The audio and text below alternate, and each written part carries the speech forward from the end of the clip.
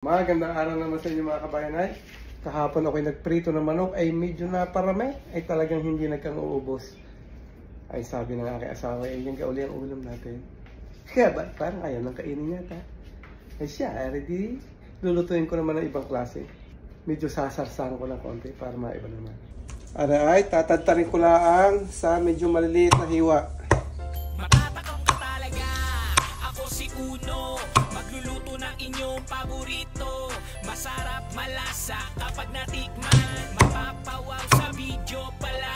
Mga lutong Pinoy at lutong bahay o kahit pa sa Pagka naman yato una parami yung aking niluto nyo. Kami na may para 5. Ang bilang ko'y tagigisa kami.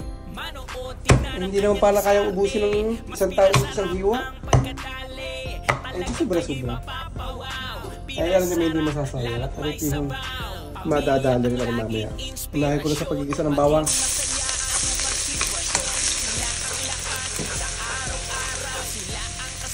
At ilagay ko na rin ang sibuyas.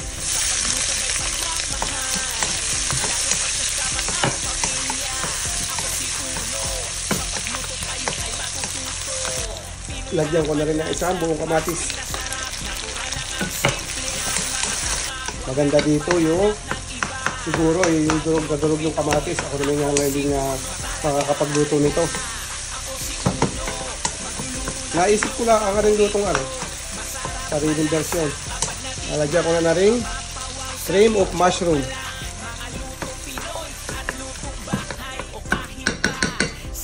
Lagyan ko na konti tubig.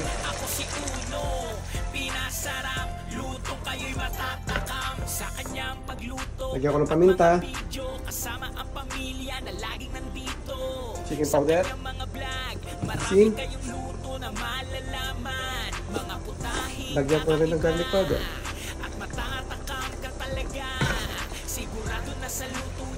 Lagyan ko rin yung aking manok.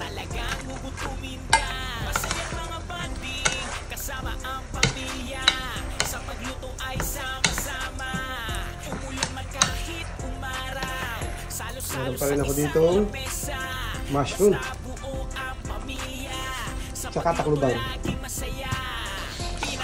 Okay na, luto na ito. Ako si Uno, magluluto ng inyong paborito. Masarap, malasa kapag natikman. Mapapawaw sa video pala. Mga lutong Ayaw mo na kasi kainin yung pinaritin ka rin. Gagawa ng paraan. Diyan pa rin ang bagsak mo sa manok.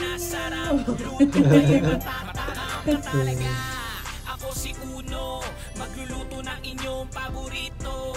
Masarap, malasa kapag natikman. Mapapawaw sa video pala. Mga lutong Pinoy at lutong bahay o kahit pa sa handaan. Ako si Uno, pinasarap, luto kayo'y matatakam. Approve daw. Mamaya na magkanin. Ayos.